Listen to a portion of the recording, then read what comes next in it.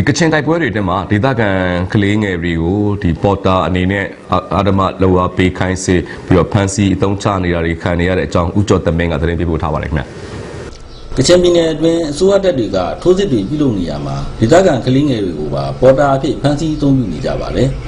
ပြီးခဲ့တဲ့အင်္ဂါနေ့ကဒေါ်ဖုံးရံမြို့နယ်ကွယ်ရှရန်ပါငပြောကြံမှာအလုပ်လုပ်ကိုင်နေတဲ့ကလေးငယ်2ဦးဟာစစ်တပ်ရဲ့ပေါ်တာအဖြစ်ခိုင်းစီမှုဖန်စီခြင်းကိုခံခဲ့ရပါတယ်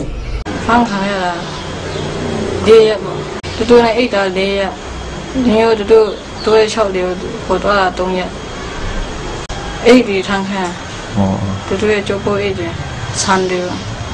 အတော့ဖြတ်တော့လာကူတာနဲ့အမလာဆောင်ရတယ်ဖြစ်သွားသူပြောတာပြောမေးတာပြောလို့လေ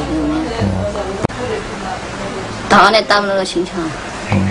သူတို့2ဦးဟာကြာသပတေးနေ့ညတကောင်ရံမှာပြန်လည်ထွက်ပြေးလွတ်မြောက်လာကြပြီးအခုအချိန်မှာမိသားစုနဲ့အတူလိုင်ဇာမြို့မှာပြန်လည်ရောက်ရှိနေပါတယ်ဒါကျွန်မဒါနေ့ရောက်အိမ်မှာပစ္စည်းနေနေကြံထားတယ်အဲ့ဒါကျွန်တော်ဒီတဲ့ချင်းကားမီလို့ကိုကကျွန်တော်တာမိသားစုနော်အကုန်လုံးဇုံတဲ့ချင်းတော့ဆင်းရဲဝမ်းသာတယ်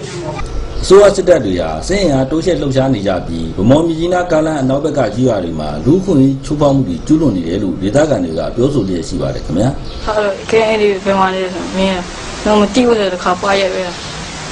နောက်ကကျွန်တော်ညီလေးထားခိုင်းမှာနိုးတယ်လူထားတော့ကဲဘယ်မှာတို့ကြမယ်တို့ရမတိဘူးတို့ရပွားရဲ့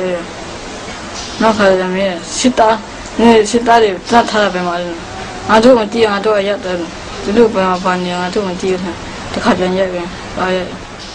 ကျွန်တော်ကြိုတင်မင်းသတင်းပေးပို့တာ